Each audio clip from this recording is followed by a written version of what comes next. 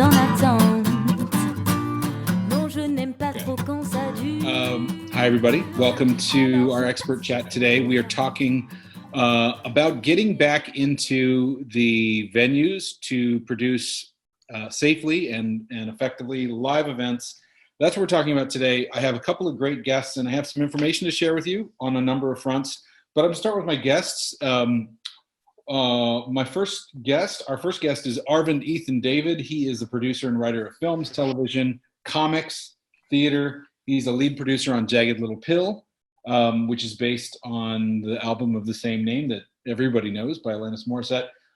In television, his credits include Dirk Gently's Holistic Detective Agency from the great Douglas Adams. And he also produces escape rooms with his partners at Hatch Escapes. Arvind, thanks for joining me today. Great to be here, Jim. Hello. Hi. Okay, cool. And a returning guest, we really appreciate his time today, is Dr. Vincent Racaniello, who is a professor of microbiology and immunology in the College of Physicians and Surgeons of Columbia University. He's been working on laboratory research on viruses since 1975, specifically influenza viruses.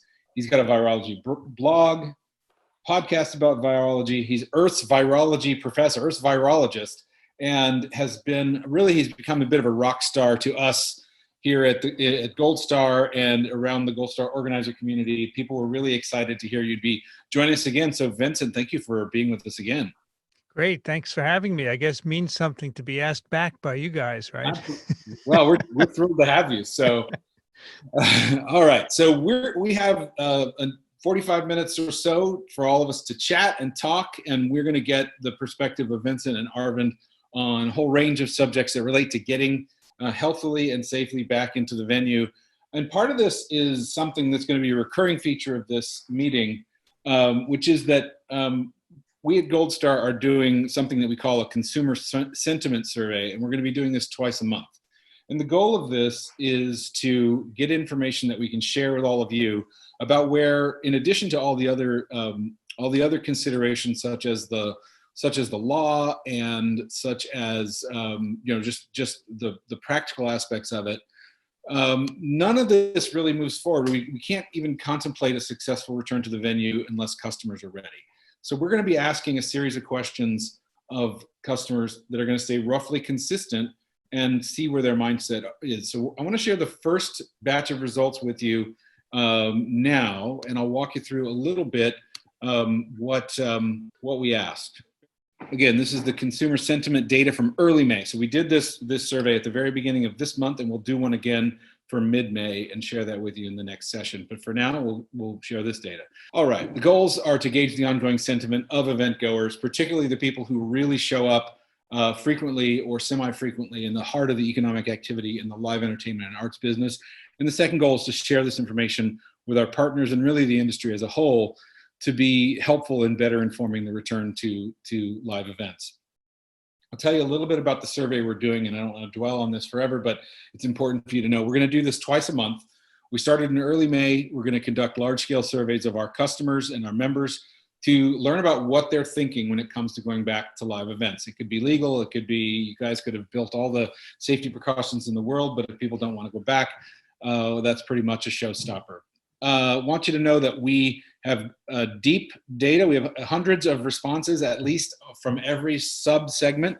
The total number of respondents to this survey is 2,720, I think. And they come from every age group. They come currently from 8 major metros, which we're going to be broadening as time goes on. They are people that generally go out fairly often. 65% of the ones from this survey report going to live events, normally once or twice a month, and some even more frequently. So, there you go. 2,727 respondents in the survey. So this is a large sample. It's a pretty valid representation, not necessarily of the general public, but certainly of the event-going public, we feel, because that's who we talk to at Gold Star. So, by the way, if you have questions as this goes along, put them in the Q&A box, which is just below, and we'll see if we can get to them. But that's the basics. And the first thing we asked people, I think, is the number that I want to, if there was one number that I could have you remember and walk away with, it's what I call the return readiness score. So we asked people, and we gave them a slider bar on a scale of 1 to 100. If it were legal today, and the events were being produced, how interested would you be? How willing would you be to go to live events? So a score of 1 meant no way. A score of 100 meant absolutely, I'm there. And the score for early May is 40. So somewhere between not at all down at 0, as you can see my little dial here, and 100, meaning I definitely would go out if I could. We are currently sitting at about 40 for this group. I guess my first question, actually I have a question for Vincent and Arvind. How does this compare with what you would have guessed? This is about right on what I would guess. I think Yeah. people are really cautious until they see what happens when things are opening up. Yeah, yeah. Yeah, no surprise there for me. If anything, maybe a few points higher than I thought. I think that was my reaction too. I thought it might have been a bit lower. So return readiness score, we're gonna keep this number sort of in our heads, because what we hope to see is this number going up over time, obviously as soon as it's healthy and safe.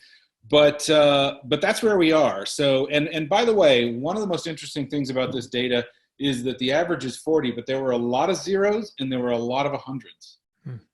So there's definitely segmentation, which we'll also continue to talk about. Let's see. So then we asked some other questions and we broke this number down as well. Well, for example, I know a lot of you are going to be interested to know, how does this break down by market? Because obviously if you're doing business in, Boston, you might not really care how people feel in Seattle exactly. I mean, other than just intellectually. And what I think is really interesting here is there wasn't a ton of variation by market. So I think that the Seattle number, I think there is 43. So the average is 40. Seattle was 43. And you can see there's not a ton of variation. New York and LA were basically the same. The Bay Area was just a little lower. And then you've got Atlanta, which may be contrary to what people might have in terms of preconceptions about people in Georgia, because their states open up or whatever, is actually the lowest, and that was 33. So when you think about this data, the average is not the same. It doesn't apply everywhere, but the variation here is less. I was surprised the variation wasn't more on this one. We asked a question, how would it be different for you on this question if you were talking about different venue sizes? And actually what we learned is that the score that people gave essentially is their small venue score, right? So when someone says I'm a 40 in my willingness to go out, what they're saying is I'm a 40 in my willingness to go to a small venue, which we defined in the question as being under 250 seats. So that's why the number for small venues was 39. And then as we cranked it up, actually it says 25 to 5,000, but it should say 250 to 5,000. That number drops to 29. And then if you propose people go to a large venue like a concert arena or a stadium, it drops to 21. So 21 is low, I would say. I mean, 21 is a number that I think you've got a real reticence to move forward on that level. And by the way, if we're going fast, we can always review this, so have no fear. One of the other key things that I think is worth asking was age. We had a great representation in every age group, of adults. And as you would expect, the two endpoints on this were the oldest group that we measured, which is 65 plus, and the youngest group we measured, which was 25 and under. And there is a variance here. So, but I don't know, even this may not be as big as you might have guessed, right? So people under 25 are at a 49 compared to the average of 40, and people 65 and over are at a 36. So, and in between, it's just right where you expect it. It just kind of moves up in gradual steps from 36 to 49. Here's a really interesting thing. So we asked a question saying, looking back at the score you gave us to the original question of what's your 1 to 100 number, how would your willingness right now to go out to live events where you live in general change, if at all, if venues adhered to guidelines from the CDC or other organizations for mass gatherings that included social distancing and cleaning? And that's the kind of thing that we're all talking about a lot right now in terms of practical steps. And the number went from 40 to 41. So it's an interesting, I guess I would have expected a little more of a movement in the number, but right now it does not appear to be moving the needle in terms of people's willingness, and we can talk about what in the world that means, but that's pretty interesting. And we're gonna continue to track this and see if there gets to be more confidence in going out given those measures. And I like to end on a little bit of a cheery note, which is right now describe your willingness to go out. I'm sorry, this is the wrong question. Actually, the question that goes along with this is actually, how much are you looking forward to going live events when they become legal and safe again? And the answer was 83. So all of us in the industry can be happy to know that 83 is, so we're 83 in our minds, 40 in our, and I guess in our bodies right now. So that's a positive note to end on, and we can talk about this more. Okay, so we're going to start with Vincent and Arvind. I just wanted to get your reaction to that set of data, and we'll then go into questions from the audience and get everybody involved. So a couple of things. First, the metro numbers are, well, first of all, this is great that you're doing it, but even better that you're going to go forward and see people getting more enthusiastic as they're influenced by what they're hearing about the outbreak. I think that's really key.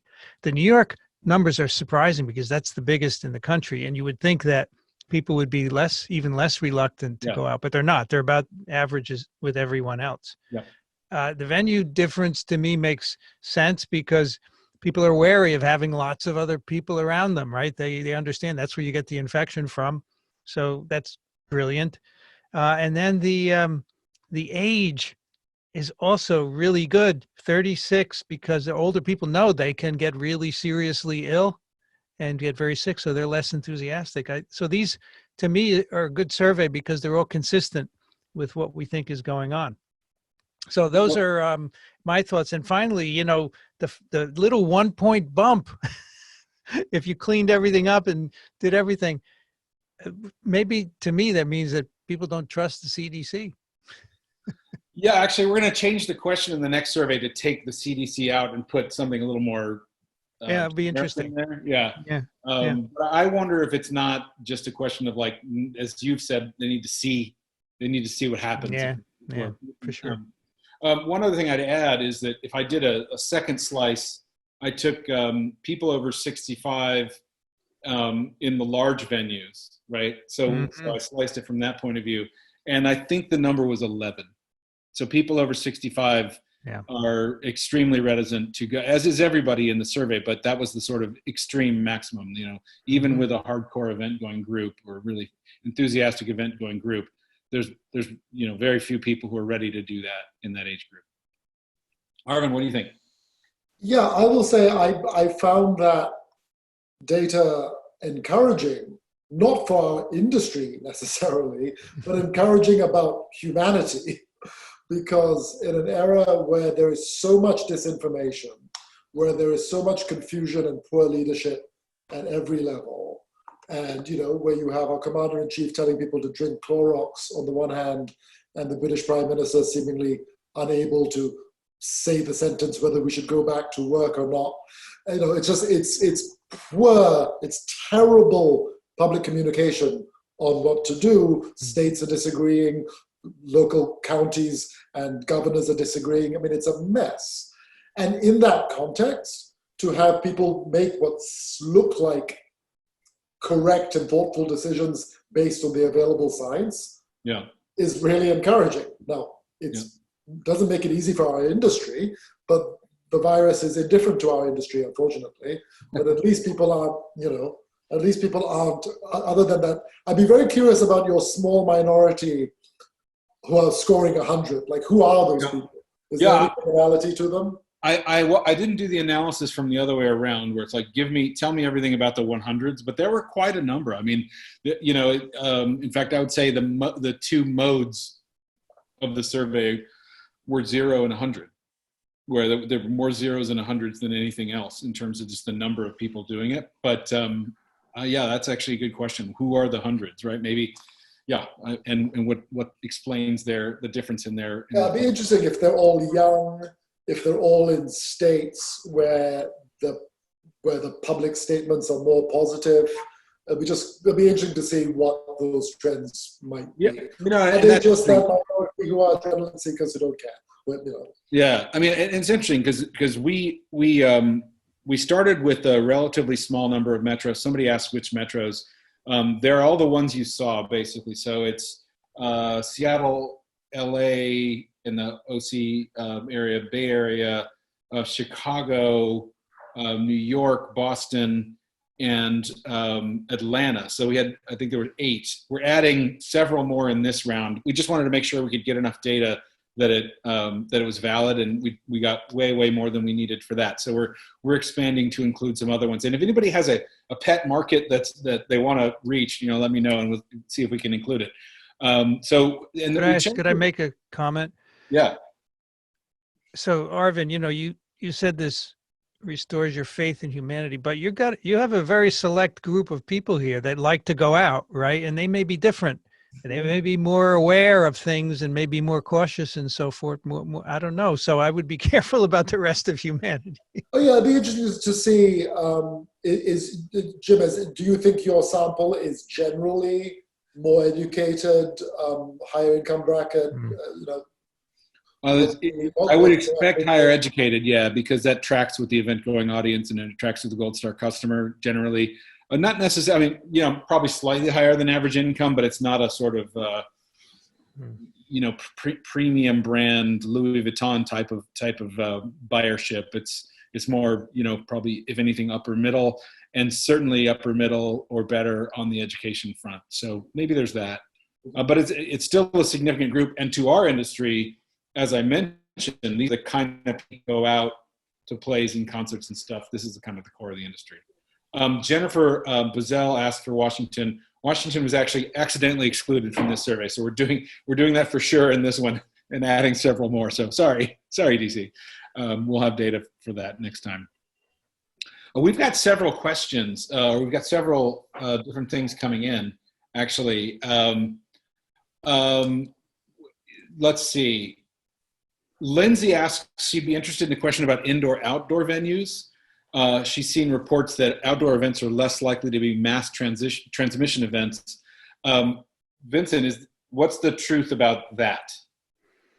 Well, that's where most of the transmission is occurring, on indoor events for sure. Yeah. Because outdoor, you're more likely to be apart, but you're a very special case where we haven't tested it. And if you have an outdoor event where people are sitting right next to each other, it could be just as bad as being indoor. I don't know if you guys seen this, but today the CDC came out with a paper describing that outbreak among choir participants in Washington. And they have a map of the choir.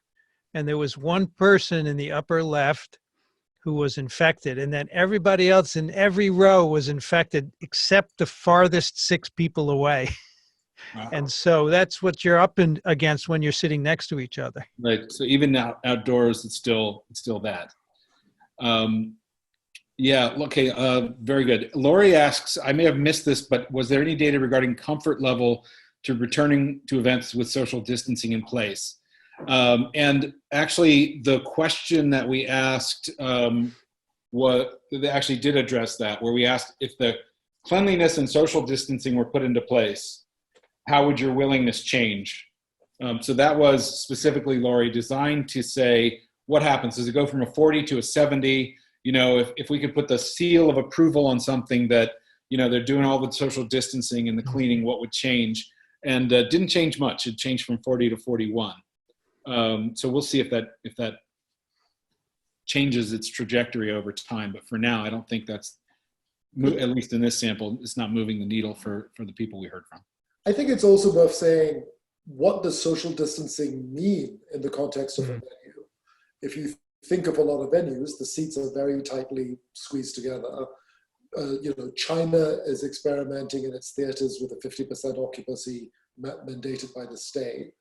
What does that, if you look at, I just Googled the CDC paper that Vincent mentioned. If you look at that choir, like every alternate seat would have made no difference at all to that choir. They would all still have got it. In the context of Broadway, those seats are incredibly close together. even assuming that the economics could be made to work with every other seat, which is a big if, and one that the Broadway League has suddenly said doesn't work. But even if there's some other venue that could work, it's still not very far apart. I noticed cinemas, there was a thoughtful interview with Tim Richards, who runs the View cinema chain in the UK. Tim's a bright guy and a friend. And he said, look, cinemas run at about 20% capacity anyway, because that is the average number that cinemas run at. Right. He's like, yeah, we can figure out a way in a cinema to spread people out. Now, you'll give up a lot of revenue on Friday nights and Saturday nights and Sundays. Right. But you at least you might be able to encourage people to come steadily through the week. Yeah. Businesses that can run on that, but businesses that need 70, 80% to make money, I don't know what social distancing means. Right. Someone actually asked the question, does much of this data still apply to cinemas? And I really don't know, because we didn't ask about people's willingness to go to movies, but it's an interesting difference in the business model, right? Like if you can make money at say 30%, maybe that's okay. Nanette made a comment to us, the panelists, saying it's a false model to talk about every other seat. We need to think about every third seat and every third row. I mean, I don't know the geography of it, but it sure seems like you need more than one seat between you, right? We've been told so many times about 6 feet or 2 meters or whatever. Does one empty seat make any difference at all in a context like this? I think if you're wearing a face mask, it's good. And that's what we're going to do on airplanes. We're going to have a seat in between us, but you're going to wear a face mask. So a face mask really overcomes being too close. So there are situations where you could do every other seat with face masks. And, it depends on enforcement. Maybe the venues have to enforce it, because otherwise not everyone will do that. Vincent, can you speak to the face mask thing? Because this is a thing we've had so much confusion in the public discussion of this. Does the face mask stop you getting it, or does it stop you spreading it? It will do both. If face masks are worn properly, they will protect you, and they will also protect others from you. And there's no doubt about that. Yeah. Interesting. They provide at least some protection from getting it, if not perfect protection, is my understanding. Yes, it will definitely. It's far better than nothing. Right. Elliot is asking about HVAC systems. I mean, I think we've seen that diagram of the restaurant in China where people had the misfortune of being under the vent for the air conditioner and picked it up from somebody on the other side of the room. Yeah, I agree. I saw that paper today as well, and of course there was indication from the cruise ships that was another way that virus was being transmitted. So I think that's a problem, especially as it gets warmer and we're going to be using those. And really, people are going to have to look into somehow filtering them or having people wear face masks, because in that China incident, they would have been protected. Right. And I think it was before they even knew what they were up against. And That's right. Right. So, I mean, Arvind, as you're a person who's in the business of producing these events, what's on your mind? I mean, when you contemplate bringing Jagged Little Pill back, whenever that may be, I mean, what do you think are the givens for you in terms of what you expect to be there in terms of precautions, and what are some things that you're not sure are going to be there? I think there's a question I'm seeing up about very small venues like 99-seat theaters. And I think the answer is so different depending on what space you're in. So, I have my Broadway business. Jagged Little Pill is in a 1,300-seat theater on 43rd Street. And then we have our escape room business here in LA. Now, our escape rooms are no more than 12 people at a time. And we don't allow public play, i.e. you're only playing with your group. So you're coming with a group of pre-vetted people who you're playing with, and there's no one in there with you. So I have some confidence that our escape rooms will be able to open again sometime over the next few months. We might be even stricter on what private play means. So you can't come and meet 6 friends, like your family, the McCarthys, could come and play together. And we're good at it. We're really good at escape. You could come set a new record. And then we can sterilize between. that I can imagine. We have to think about the HVAC, clearly. Maybe you still need masks. So, but that I can imagine. I can imagine, that's 12 people at a time, and maybe up to 99 people at a time. Maybe it's, smaller groups outdoors with masks, with every other seat. You start to see a way to build back. Obviously it has to be allowed. The government has to allow it. The science has to approve it. But I can see a way of building back confidence in that environment for the smaller venues. Also for venues that play to younger audiences. Again, our skate room business skews younger than our Broadway business. So there I have some confidence. Talking about bringing back Broadway, talking about bringing back 1,000+ people, as your own data shows, the confidence goes down the bigger the venue. I think clearly the confidence also goes down the older the audience. The confidence goes down the less opportunity there is for social distancing in the venue. And that opportunity is partly about the architecture of the venue, and it's partly about the economic model of the business. Somebody, Nanette suggested this thing about every third seat and every third row. I think if you have a business that can make money with that, fantastic, and please tell me what it is. But sadly, Broadway cannot. So I think the large live-scale entertainment like Broadway and bigger, indoor, I think outdoor could do some distancing, could be a little different, but indoor will be at the end of this. And that's my personal view. Everyone's got to work towards this in their own way. But I think it's a false, it's false to look at the specific industry, because as you say, Jim, look, the audience, the first step is the science, the second step is the law, and the third step is audience confidence. But the science and the law are necessary if insufficient preconditions. Audience confidence is the third piece. And I just don't see 65-year-olds in New York getting confident about getting together in a small enclosed air-conditioned space until there's pervasive testing or a vaccine. Yeah, and actually that brings up the issue that really was hot for us last time, which is the idea of testing and tracing. And actually one of the reasons that we created the Facebook group, which all of you should be aware of. If you're not, we'll make sure that you are aware of it in terms of a link. The Facebook group is called Show Up. It's for people in the live entertainment industry who want to be able to coordinate and organize behind sharing information on this. And specifically last time we talked about advocating for more testing and tracing, because the deeper we get into this data, the more it sort of seems like that may be one of the few near-term-ish viable paths, is a better understanding of who is infected and the ability to be able to somehow say this audience is a safe audience. Has that evolved at all, Vincent, in the couple of weeks since we last talked about it, the efforts there? No, it hasn't. Unfortunately, we are not doing very much testing, or I should say we're not doing enough testing in the U.S. and we're not doing enough contact tracing. And as I said last time, that's essential for us coming back out of this, because you have to know who's infected, quarantine them and all their contacts. Yeah. And we have very little capability of doing the testing or the tracing of the contacts. And I said last time that should be combined with the cell phone databases that are being developed, so that you could actually decide in a theater whether you wanted to go or not. If you saw that there were a lot of people who were not protected, for example, or theater owners could make decisions themselves. So this is a slow evolving thing. And unfortunately, we don't have federal guidance on this. So it's up to the states to do this. Some states are doing better than others. New York State has done very well with testing, although not as much as it could be, because it's hampered to a certain extent. And so I still remain convinced that this is essential for being able to get back, because at the moment we have really very little idea how many people are infected in any given place.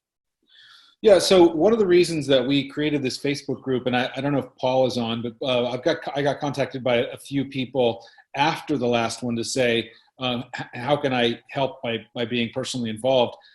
We created this Facebook group in part so that we could have a platform for the industry or some subsegment of the industry to coordinate around this. I think that there could be something that we could do as an industry to push this forward as a need, and it directly impacts our ability to do business. So that is something that we welcome that activity afterwards in the Facebook group too.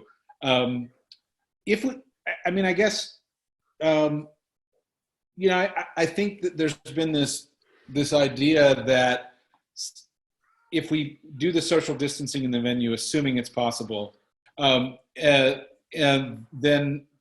we did the cleaning, that somehow that would really move the needle. But it really may be a kind of little bit of a false hope on that side. At least that's what the data suggests. So that puts even more emphasis on the testing and tracing.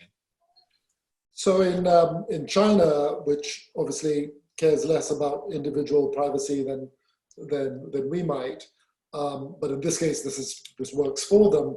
There's a health passport on everybody's phone, and in the venues or any public area, whether it's public transport, but certainly the theaters and the cinemas are using it, you have to show a green on your phone to let in. So you know that you haven't been in contact with any high risk or with any high risk people before you're let in. Now, that makes sense. It feels like a big evolution for an American audience or any ticket selling organization to get to, where something like that would work. Yeah, it's a good question. Will that be even feasible?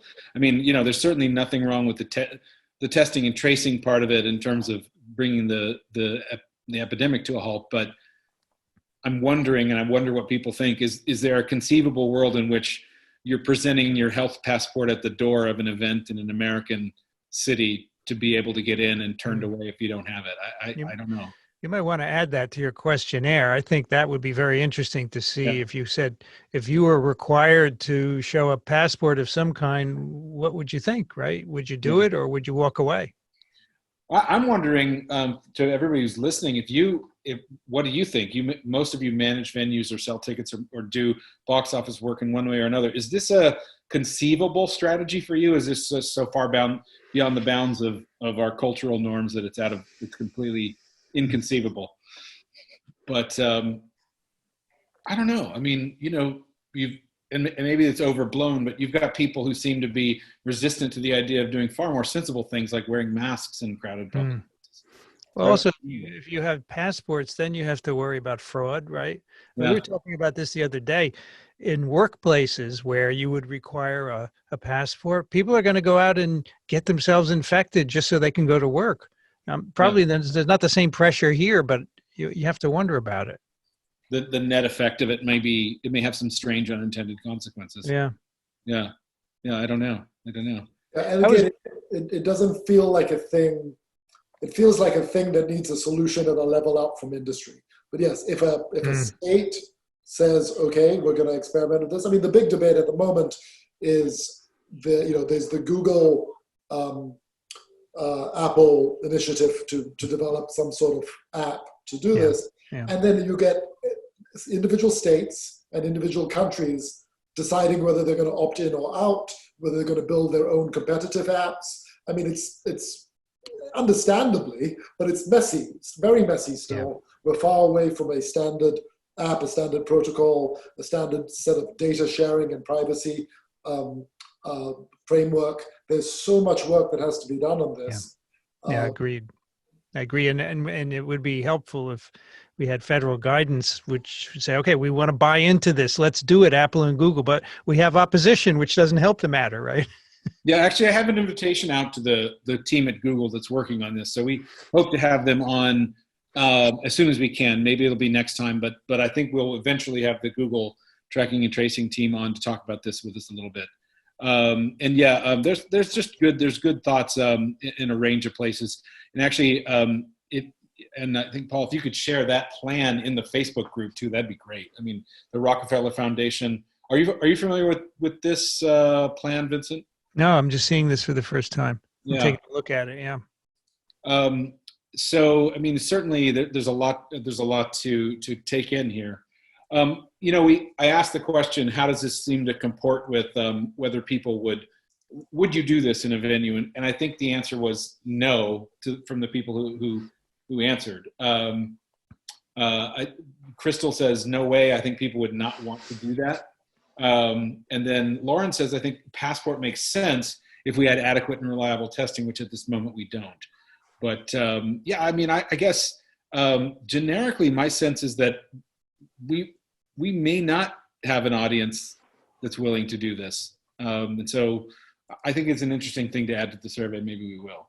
So, David, this plan is exactly what we've been saying. One, launch a plan to dramatically expand testing. Two, launch a plan for testing and contact tracing. And three, create a digital platform to share the data. It's exactly what we've been saying. And that's what the Rockefeller report is saying as well. Let's see. Couple of practical things. Well, Tiffany mentions that, you know, things happened after 9/11. For example, now the usher looks at your purse. I guess is there an equivalent now? And I guess I always looked at those as maybe practical steps, but possibly more,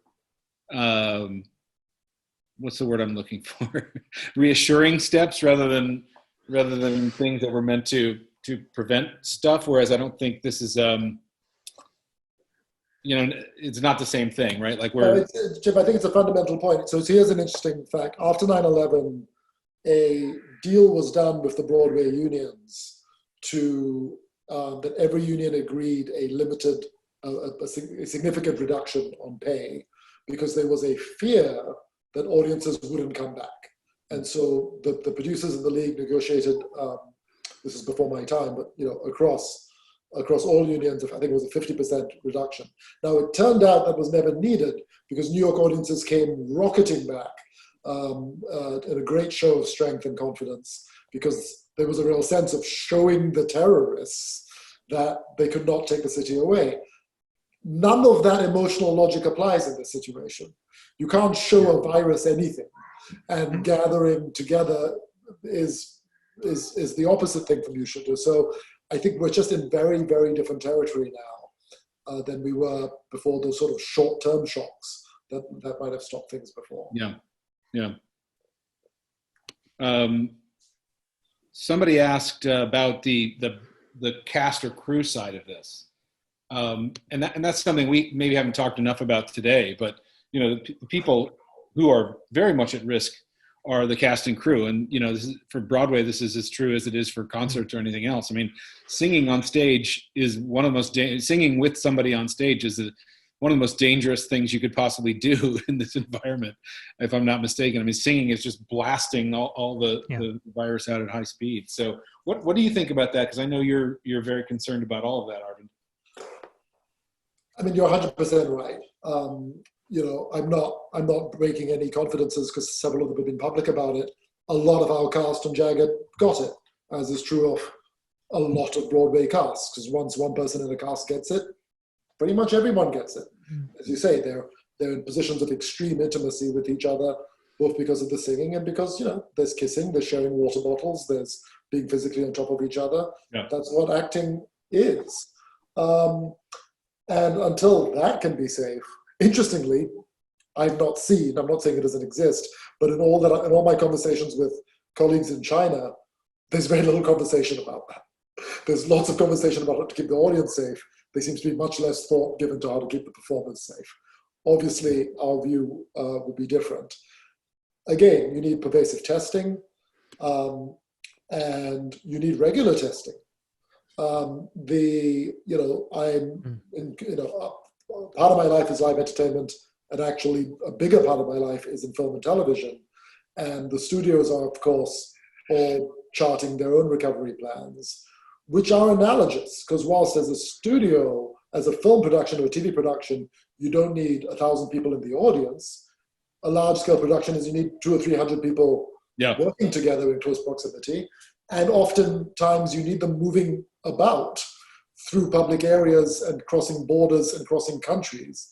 Now, again, that is a long way away, but what all the studios are planning towards is a way to open production as quickly as possible on closed sets. So chat shows without audiences, where it's all controlled, there's a smaller crew, everybody can be tested every week or every day if necessary. But again, that requires pervasive, cheap, fast, effective, and reliable testing. And Vincent, please tell us when we're going to get that. Yeah, it's not cheap. It's not fast. It's sometimes reliable. Unfortunately, we're not there yet because we took a long time to get even started in the U.S. So we're late pulling up behind him. Eventually, this summer, it'll happen. It'll get better. But I agree with you fully. I think if you have a fixed number of people who are working on something, you can assure that they're safe. And if someone tests positive, then they have to be quarantined. And you have to have lots of understudies, I guess, is the bottom line. Right, right. So there's one thing that came up that's such a public health question. I want to make sure that, Vincent, that you get a chance to clarify this. So you talked about masks being protective. Somebody asked, are you saying it's masks rather than social distancing, or do they need to be combined? Or, I want to make sure on this kind of really core public health question that no one's walking away confused by something you said. So in my view, you can get closer to someone with a mask than you could if you didn't have a mask, because the mask is restricting the droplets coming out of your respiratory tract or going in. And so 6 feet works without a mask. And in a theater, though, that's hard to achieve. And so if you want to have every other seat, you can wear masks and that would protect you. So that's my vision of how that works. Yeah. Okay, great. Just wanted to make sure you had a chance to unambiguously clear that up. We're going to wind to an end here, but this conversation is not ending on multiple fronts.